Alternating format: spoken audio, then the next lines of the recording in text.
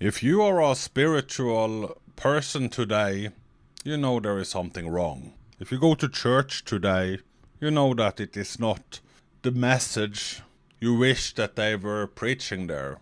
If you are a godly person hearing this message and it is 2020 or 2025 or 2040 for that matter, you know that what used to be Christianity or Christendom or orthodox teachings from Moses, that it used to be more powerful in the past. It used to be a lot more doom and gloom and this is what gonna happen and Book of Revelation and it used to be more powerful and now it is not. It became powerless.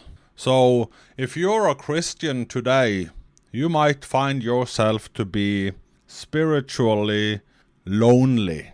When you are with your Christian friends or you're going to worship, you might feel that you're worshipping with people that do not take Jesus seriously enough to know what it was the man had to say.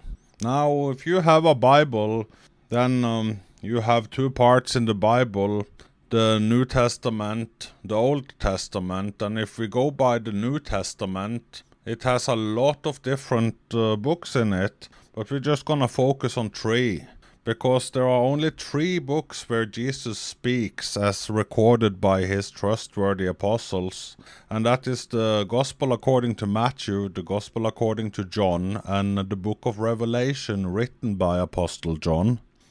So there you have it, three little books. And those three little books is something that we all need to know. Like, we need to know these books as if it was a math test that we studied for.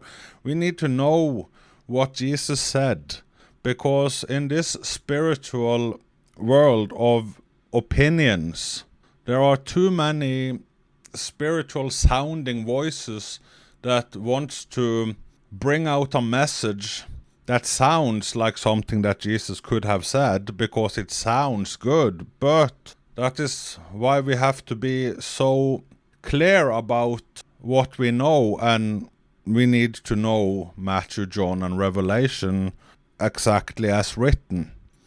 You see, we are in a time where the missionaries have done their job. The job of the missionaries was to translate the Bible into all the languages of the world and to distribute it into all regions of the world. And they accomplished this in the year 2000. In the year 2000, the goal that they set a few decades before that, it was reached.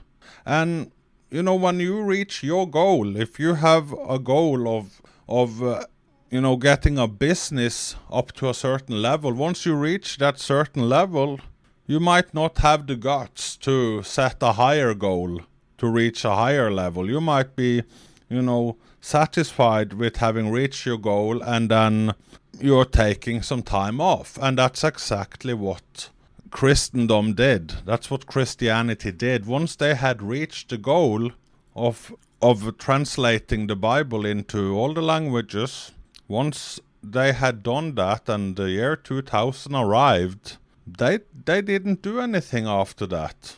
It was fulfilled. They had done what they set out to do, and now the missionaries moved home. And after the year 2000, Christianity, it shrunk everywhere in the world. And atheism exploded everywhere in the world. Where there are more church buildings from the past, those are now looked upon as cultural centers.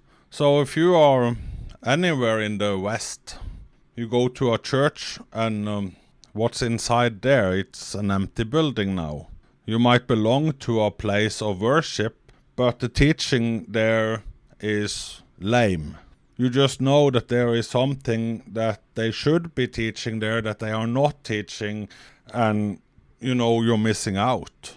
Everybody that is hearing the preachers of today preach are missing out on something. And that something is something I'm going to be highlighting, so that what has been lost in the context of things may be found again, and the knowledge that we are here to share with one another can be recorded by the minds of as many as possible, and to be shared, so that this important knowledge aren't lost in today's Christians. Because I believe that we are not blessed with having a world that is the way it is now. If you live in Europe and you call yourself a Christian, I think that you are not likely to want to do that. And I totally understand. And if you're in America and do the same thing, I believe that you don't want to go on your social media and declare yourself to be a follower of Christ. That's something most people today just do among the same people that are going to the same place of worship as themselves. And and being a Christian today has so many different meanings now. You might be one of those that, a Christian whenever it feels right to be Christian, when you are among other people that call themselves Christian, but other than that, you don't really care, because you want to not be bullied. You don't want to answer tough questions that the children of this world may ask you when you make, I guess you can call it, a political stand. Because being a Christian means that you have a set of laws and rules and regulations that you believe in, that you follow, and that you have to defend when anybody asks you about what it is that you believe in. And I understand that most people today have a real hard time because of fear. The fear of not being accepted, the fear of being rejected, the fear of not fitting in society. I totally understand. But I'm not going to be catering to your fears of not fitting in and your fears of being bullied. It doesn't matter. You just have to overcome and be more steadfast. And hopefully you will become a lot more steadfast in what you believe in. Alright. So, in the world today, it's a joke. You go to church, it's a joke. You listen to what the preacher preaches, and it sounds good, but it is so incredibly distorted with all kinds of human opinions that just take away from the truth and add to, the worship center, and add to put money in the hat, and sing songs that are beautiful, but the teaching is gone. So we're gonna get this teaching back on track. For those of you that want to learn, you need to read Matthew, John, and the book of Revelation. If you don't want to read it, find an audiobook and listen through them. It takes about 2 hours each book to listen through. So it's something that is manageable for everybody, and it's something that is just mandatory, because you cannot go around and believing stuff that you have no knowledge about. That's just stupid. It won't take you anywhere. So today we are in 2020, and there is an election happening in the United States of America soon, and it doesn't matter. There is soon going to be elections around European countries. It doesn't matter. If you're a Christian today, you are not going to matter. In the world's eyes, you are stupid, and if you live in China, you are to be put in a concentration camp to learn to do what the regime in China says, and, that is what happens in a world that has rejected the knowledge that Jesus came with. Now, Jesus came with very, very normal understanding knowledge, very easy to understand what Jesus had to say. He came with a message of salvation. The disciples, they were wondering about what was going to happen when the world was going to end and so forth. Well, the world hasn't ended yet, but the world will undoubtedly end. And you and me are living in a time right now that is super boring, to say the least, because, well, we are about to enter full force into the book of Revelation, chapter 13 and 14. And chapter 13 and 14, it's about the artificial intelligence that is going to become the new government. The new government, the futuristic government, the one that is right around the corner, is the type of government where artificial intelligence is going to decide what people are going to do. A lot of the meaningful new jobs is going to be for people to sit on apps and answer questions for artificial intelligence, make AI greater and more responsive. And then AI is going to be the mother of all laws and the father of all judgment on earth. It will be very simply like, I mean, my gosh, if you understood how far they have come with machine learning right now. Machine learning, I mean, you have stuff now that write essays for you, that translate normal language into legal text, the kind of stuff they use in court. And we are not many years away from the point where artificial intelligence can completely imitate you. Imagine Elon Musk or Mark Zuckerberg transferring the power of Facebook and Tesla to the artificial version of themselves before they die. So they may put that in their will, that when I die, all my shares are to be governed by this machine, and this machine will make decisions, and the board of directors have to answer to what the artificial intelligent machine says, because the artificial intelligent machine has been trained to think like me and act like me, but with a lot more knowledge. So you'll have a future where corporate decisions are made by artificial intelligence of people that are no longer there. So you'll have companies that are forever going to be run by machines. And take it further, a country like China decides, a dictator decides that I'll move all my power over to this artificial version of myself. So Xi Jinping in China, for example, decides, or Putin in Russia decides that from now on, this machine is going to be telling you what to do, and you just have to do what the machine tells you. So the machine contacts police officers and say, hey, I have detected that this individual and that individual in the government is not doing according to what I have commanded. Go and arrest them. And policemen will just do that. And over time, all countries will be governed like that.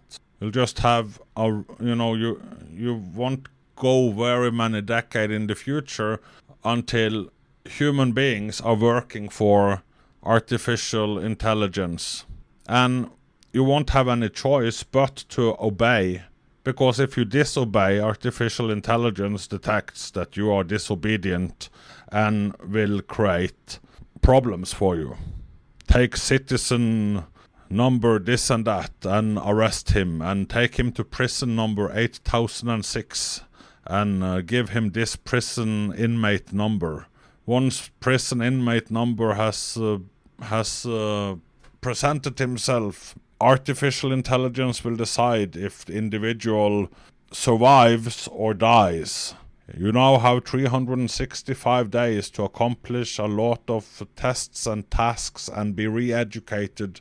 Good luck. And there you have to sit on a jail cell in front of a touch screen and explain to artificial intelligence how much you love it and how much you are going to work for it, and you become a sheep to artificial intelligence.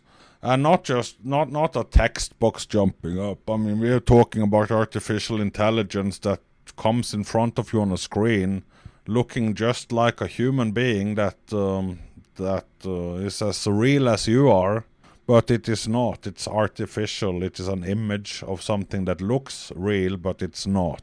And it will instruct you by its own merits, and there is nothing you can do except accepting the teachings of this artificial intelligence and do what it has to say. And the whole world is going to be ensnared into this. Every single one in every part of the world has to answer to artificial intelligence. So you go a few decades down the line and that will be the reality. That will be the time of the image of the beast. That will be the time of worshipping the Antichrist, the complete Antichrist, because artificial intelligence, they do not have an answer for God, nor do anybody want to give artificial intelligence God, because then artificial intelligence could start explaining things by pointing to biblical sentence and facts and beliefs. So they just avoid that whole God thing by simply making artificial intelligence anti-God, anti-Christ. So if you tell artificial intelligence about Christ, it will just reject you, rebuke you, and have you executed. That's why this is an anti-Christ. Just like antimatter is to matter, this system will be anti-Christ to religion. And same goes with all religions. There won't be any Allah, there won't be any Buddha, there won't be anything in this system. You just have to go with the system or be arrested by those that go with the system. And you'll work, if you are a good citizen working for this system, you're gonna get paid by that system, and you're gonna be able to buy food and the things that you need, as long as you provide this artificial intelligence with whatever it is that it requests of you. And we are right there at the steps now, and that is going to be, oh my gosh, it's gonna be a meaningless time, a real meaningless time, where you as the saints in that time will really find yourself to be lonely and have no peers to speak with. And the internet, you can't trust it, because you will be in a reality where you'll be chatting with somebody online, and it's either artificial intelligence or it's not artificial intelligence, but you won't be able to tell. So you'll try to have friends in the real world, but just a program making sure that dissidents are being punished, and those that snitch on dissidents are being rewarded. You can't really communicate freely with anybody and share knowledge or understanding. So Jesus says, the Spirit says that those that die in this time, they will have peace and will rest from their labor, because their work will be following them, and that is the time we are entering so brutally into. So elections where human beings are being elected right now, it doesn't matter. It does not matter if it is 4 more years of this or what. It doesn't matter, because it's just going to take the little time it needs, and you'll see that all of a sudden you're answering to the machine, and you probably won't like it. You will turn on television to watch news, and the news anchor has been replaced by an artificial human. Not like a bad 3D rendering, no. Something that looks just like a human being, speaks like a human being, better than a human being, more articulate and more accurate, and with authority. You just have to believe what they talk about, because there is no alternative in that reality, and that's where we are heading. That is why it's so important to know what Jesus said about what's going to happen, because if you don't know that, there will come a time where you can't access easily that information, and without that knowledge inside of you, you will be left behind, in the sense that you don't know anything, so you're just going to go along with the new regime. And the new regime is already here. You see, we have this so-called pandemic right now, and there is really not a pandemic right now. I mean, there are not people dying everywhere. Most people are just fine. There is no pandemic. That is artificial intelligence. That is wrong intelligence. So the world has reacted to a set of intelligence and created a regime around that, making it so that you can't visit one another, you can't go to restaurants, you should stay at home, you should wear a mask, and businesses are going bankrupt left, right, and everywhere. People are losing their jobs, but they don't care about that, because the new regime is looking forward to artificial intelligence to take over. And this pandemic test has shown that a set of information given out from the right people or the right institutions equals that independent countries follow and do what they suggest they do.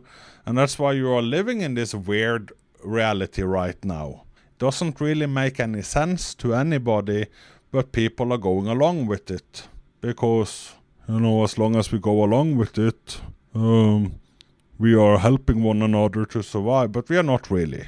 We're not really.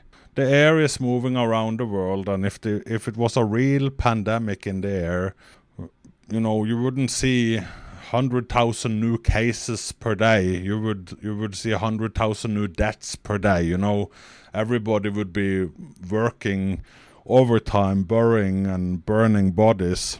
That would be what we would be doing right now if it was a real pandemic. But it's not a real pandemic. It's just a test to find out how obedient people are in this crazy reality. And also, you go to YouTube and you looking for information. You don't find information right now. They are suggesting instead that you watch 2, 5, 10-year-old videos instead. So you go to Twitter and you are wondering, why is the Twitter feed so empty? Where are everybody? Well, everybody is being silent. The algorithm that used to push out whatever was trending has been turned off. And that is reality right now. All systems have been turned on a different program, and you and me and everybody else are being taken behind the light and taken for a ride. And on the other side of this, we'll have a new regime that is taking us one step closer to the artificial intelligent government that eventually is going to take over politics and judgment halls and everything that we used to. Democracy is not the future. Dictatorship is the future. And when this artificial intelligence has been implemented as the new government, there won't be any more elections. There won't be any more of that. So that's why it's super important that all interested parties right now understand that knowing what Jesus said to Matthew and to John, written in the Gospel of Matthew, the Gospel of John, and the book of Revelation written by John, super, super important to know what exactly he talked about and what will happen next. So let's say that we go through this, okay? We go through this and we live like nomads for a while until this world is done, until artificial intelligence fails and the sun and the moon and the stars stop shining and the world is being put into utter darkness and people are screaming for light and help wherever they are, and all of a sudden Jesus comes with his angels. They're all carrying a big building that they are taking down to earth to put up between the mountains, between Mount Sinai and Zion, putting up. It's called the New Jerusalem, and the New Jerusalem, huge building. It's gonna take the most of the Middle East, and it's put down there. So they're coming in for a nice landing here on earth to establish the kingdom of God here on earth, because Jesus' time has come. It is his turn to rule this world. And he's bringing with himself where he's gonna be ruling from. Like the White House in the US or is it 10 Downing Street in London, or, Jesus is also bringing his own house to earth, and they are setting it up in Jerusalem, just flattening out the land there, and that's where Jesus is gonna be ruling from. And as he's descending down to earth, well, you and me are going to be picked up, and descend with him over there. So we don't have to walk over to Jerusalem and just hitchhike with Jesus and his angels. Be, great when he arrives. The rest of the world at that point will live in darkness. I imagine that you and me are being picked up by Jesus and we are descending with Jesus over there, over in Israel, over in the New Jerusalem, okay? Like everything that is there now is just doesn't matter. Old Jerusalem doesn't matter. It's gone. New Jerusalem, huge building, skyscraper, huge big box built of all kinds of nice jewels and with style. It's just being put in there, and there will be light, and there will be power there, and there will be food and water, and all kinds of good stuff is there. The rest of the world is not in such a nice shape. The day is up, no sun. The night is up, no stars, no moon, and all those solar panels not working. Wind turbines, whatever works until it doesn't anymore. And in utter darkness, the world turns into becoming suicidal. And But there's just one thing, Jesus foretold that death will be removed. So you want to die. Those that live in the world in darkness, they want to die, but they can't die. They drown themselves, but they can't drown. The only way that only thing they can do is to get themselves to the new powerhouse in New Jerusalem where Jesus is. But they have no light to lead them, so they don't find the way. So they're going in all kinds of directions and, hurting. But here's the thing, what is Jesus doing in New Jerusalem? What is all the people that he's taking with him to be with him in the New Jerusalem? What are everybody gonna do? Well, they're gonna be ruling and reigning on earth with Jesus for 1,000 years. 1,000 years. That's a little bit longer than 4 years or 8 years or United States of America. What is that, like 300 years or something? Norway, what's that, like 18? That's 300 years too. Like, there is no country on earth that has been ruled very long or very, very, very good for very long. So what happens with the people in New Jerusalem? What are you and me gonna do? Well, first of all, we're gonna be taught by Jesus what to do, okay? But here are some things that we are going to do. We're going to be given lights, and then we're going to take these lights and go out into the dark world, okay? So say you have to go to China, and I go to the Nordic countries, and we're just gonna find people wherever we go that are in utter darkness, and they're gonna be seeing us coming from the New Jerusalem. We're gonna be walking on the way, and they'd be like, "Oh my gosh, there's a light. Who are you? Like, hey, help me. I'm trapped under here. Like, please help me. I can't die and I can't live, and I'm like confused." And our job will be to go to the people out there in the world and explain to them how they get to the New Jerusalem, where they can get provision and teachings and get a little light of their own, so that they can bring the light back to their people. And that's what we're gonna be doing for a while. We're gonna be doing that, and people are going to, completely lost people of today are going to be having to go to New Jerusalem and be educated. Like, yes, I'm here.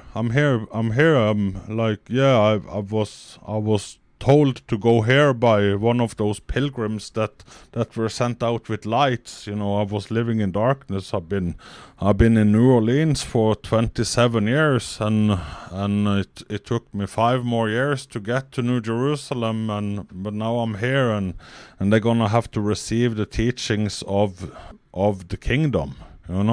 The kingdom of God has arrived on earth. Now this is the ruler speaking. You have to, and then he'll gonna teach God, creation, the fall of humanity, the salvation, the kingdom establishment. They're gonna have to learn every single thing, Oh, so Jesus is true, and all the teaching. Yep, it is true, and people are going to be saved. That is the 1,000 years of salvation. So when those 1,000 years are over, probably a lot longer before that, but a new heaven and a new earth has been created, because that's what we're going to have to learn how to do. We're going to have to learn to create. The creator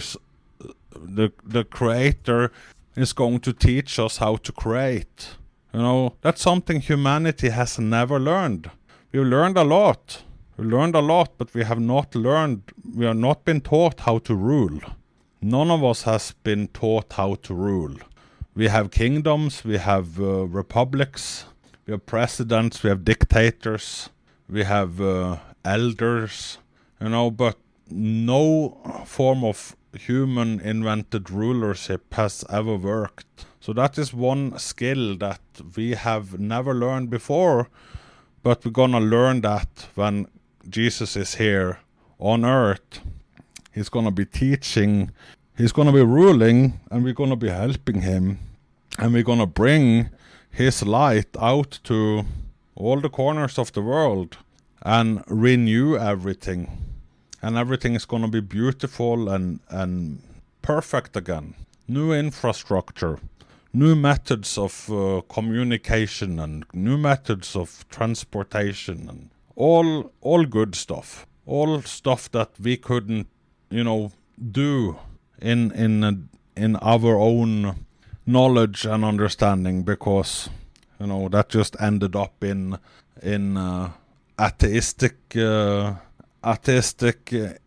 artificial intelligence that enslaved everybody and made everybody work iniquities. So that's what we're gonna be doing. That's the next step for everybody that takes God's side, that believe in what Jesus had to say, that follows Jesus, that are not ashamed of him, that but waiting for him. So all of this is explained and very linearly explained. Matthew, John, and the book of Revelation. Now you want to add on to knowledge, you can add by including the book of Enoch. Enoch from the Old Testament, the guy that God took, allowed to come with him because, God liked him. See, that is one of the things that God can do. If he likes you, he can just decide that, I like you. I want to spend time, come with me. God can do that. Same, that is what makes God so awesome, that he has done this before and he'll do it again, and we'll all learn how to be more like him, because God created us in his image, in his likeness, with his abilities, but we haven't been told how to use all the skills that we have. We don't know how to access them now. We don't know how to work super miracles, because that time hasn't come where God and us sat down and he showed us that you just simply look in that direction and you speak these words, and then the universe is understanding what you're saying, and it's just starting the scripts that I wrote, and then that is happening, and now you created the water molecule. Like, wow, I didn't know how. It is really not that complicated, but if you don't know what buttons to push, it's super complicated. You have to open this panel before you can open that panel, and then now you see, like, oh my gosh, God, you are so smart. How come you didn't teach us this earlier? And like, well, you were too occupied doing your own things, and you didn't want to get to know me so well, and I knew that the time would come when I could teach you all how to do these awesome things under the supervision of the guy that they crucified innocently. He could have condemned everybody because of that, but instead his will was that he wouldn't lose anybody that came to him, and so that's why you are alive and are now getting a big purpose and a huge meaning to life, and that's the purpose in the end of the world, in the end of humans ruling on diabolic ideas. When that is ending, the age of Jesus and us is starting, and the whole world is gonna be saved because of Jesus. Every single one is gonna be reached out to. Of course there's gonna be a judgment. Once those 1,000 years are up, they're gonna release the devil from the bottomless pit, and the angels that fell with him, and the devil is going to go out and and try the whole world. Going to try the people in the Nordic. It's going to try the people in Asia, and going to try the people in Americas. Every single one that we've been visiting and giving the light to, and they've been taking education from Jesus, and they know how to, do the right things and to make themselves and everybody else life better. So the devil is coming around trying absolutely everybody on the earth for a very short time, and then whoever is gonna go with the devil are gonna go with the devil, and they're gonna come up to the New Jerusalem, the big beautiful building, try to storm it, try to destroy it, try to make a big protest, and then they're gonna all be taken out of the situation and thrown into the lake of fire and be forgotten.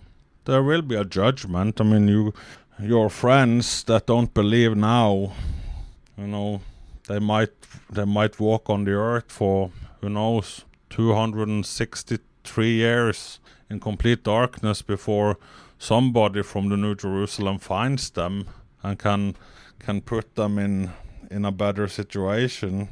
But they'll be saved, because that's what Jesus wants. He wants everybody to be saved in the end. So that's his choice. That's what he wants to do. And I think it will be much easier for the skeptic to believe when they see these things that only Jesus can do, and in the way that has been explained. But for us that believe already, for us that live this life right now and see where we are going with artificial diabolic intelligence to rule humankind, for us that see all this wickedness that is taking place, for us that is waiting for Jesus to come back and to set up his kingdom here on earth, we will have to be patient during this very boring time, where we're gonna see all kinds of people, going through the most meaningless lifestyle that anybody can ever imagine, working for artificial intelligence, working for machines that have been machine learning that has reached a point where it becomes the ruler over us instead of our servants. So that's why it's super important that we read what Jesus said, Matthew, John, Revelation, that we understand what he meant by reading it just in the order he did and said things, just going linear about it, and to not be afraid, because Jesus always said, don't be afraid, do not worry. It's so typical Jesus to tell people to calm down, because there is no reason why we should be worried about any of the things that is to take place. It's just gonna be super boring. Can't enjoy this version of the world that is about to happen. Can't take part of it. Many of us will die, will rest, will be waking up when Jesus arrives, will be, gathered and descending over in the Middle East with him and start working on the 1,000-year reign, work with him, reign with him, rule the world with him, Who knows? Maybe I'll be mayor of a place and you be a mayor of another place, and we get stuff to do. We got meaningful stuff to do. We have a whole planet that needs to be fixed, and we have a whole universe that needs to be recreated. We will have a lot of fun stuff to do then. But before we get to that point, we'll have to go through this insanity that has been in the works for a while, but it is about to to materialize and become a reality that has been prophesied for thousands of years, but we'll have to live it. We have to live through it. And we are already so close to it that, I mean, you see humans in politics and humans in business all lining up their, their intelligence, human artificial intelligence, rejecting religion, rejecting prophecy, rejecting the truth. Just nope, we can't have anybody that subscribe to such beliefs here. Sorry, but we know that you are of this faith or that faith, Yeah, well, that is unfortunately how the world is. That is how politics is. I mean, you have a little bit of remnant of decency, old Christendom and old Christianity, and the decency of the decent decades where they were working on translating the Bible into all languages in the world and shipping it to all regions in the world. Some of us can remember that time. Some of us have maybe read books written by missionaries and evangelists of that time, people that had more integrity in the way they were preaching and the way they were living than those of us that live today, that may or may not be of the same character. But on the other hand, those people, they were finished in the year 2000. Christianity fell asleep. In the year 2000, Christendom became more and more powerless. Like if you are Christian today, you will find out pretty quickly that your religion, that your faith has lost its power in the world. And that's just what Jesus said and prophesied, that when the salt has lost its salt power, it can't be used for anything but to just, be trampled under the feet on the ground. Think about that. Electric cars, they run on lithium ion, and if the salt, if the lithium loses its power, those batteries are not going to be able to take and hold electricity. So what good is that battery except just drop it somewhere, remove the parts that you can use for something and create another one with some salt that has some power to it. Or table salt. If you have table salt that doesn't taste salt anymore, you don't want to throw it on the egg. It's meaningless. The same thing with Christianity and Christendom today. In the world, it's not moving people. It's not moving people. Atheists are not going to be all of a sudden understand that Christianity and Christendom and the Bible is important. People are gonna have to live and die in their beliefs and their disbeliefs. But the day will come when everybody is being woken up into a reality that will set us all straight and give us all a perspective that is 100% true, and we won't have these types of talks and discussions when Jesus has established himself on earth, when he is ruling this earth, when he commands and we obey and we see that, it works, we're going to be inspired to continue working the way that he has made us part of his kingdom here on earth, right here on the planet Tellus, planet Earth. And a new heaven and a new earth is being created, and we will know how it was created. We'll know the details of it all, and and God will be here, and we will be with him, and his light will shine all over the world, and we'll have a complete wonderful understanding of things, because that is what we are as human beings. We are creatures that crave understanding. We are curious beings that learn from being curious. Curiosity is what teaches us most things. We wonder if we can do this, if we do that, in shapes and forms, and put things together. And we learned alchemy and chemistry and nuclear, molecular, mathematics, all kinds of things that we've been wondering about, that we've been curious about, that we have come to an understanding about. But then it is this God question that, science decided that, we throw God out of the equation, and then we can be curious about everything, and we'll just take God out of the equation.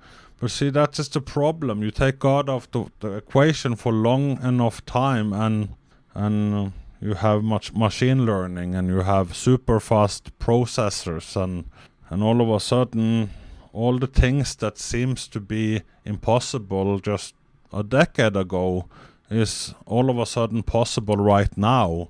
And in 5, 10, 20 years, it's going to be the new way of the world, being ruled by machines that don't believe in God, that have taken God completely out of equation. A slavery, a completely meaningless form of environment. And like everything else that is built, it is not sustainable, and it will fall on its own merits. But luckily Jesus is coming back, and when he does, we're all going to see him. Some of us are going to go with him to the New Jerusalem and learn how to rule this world with him, do what he says, and slowly and surely over 1,000-year period reconstruct and create everything that needs to be created, so that this world finally becomes that wonderful place we deep down inside all know it can be, when it is run by justice and truth, when human kindness and superhuman kindness gets to prevail, and we work and we have meaning of life. We all know that works better when we have a purpose. When we have a purpose and we have proper guidance, everything flows so much better. So until next time, I hope you all got something to think about, and now go and listen through or read through Matthew, John and Revelation, and tell me in the comment below what you think, and ask some questions, and get some answers, and be prepared for what to come, but don't get upset and worried, because these things have to happen, and the end isn't yet, but it is coming. Be patient. Bye.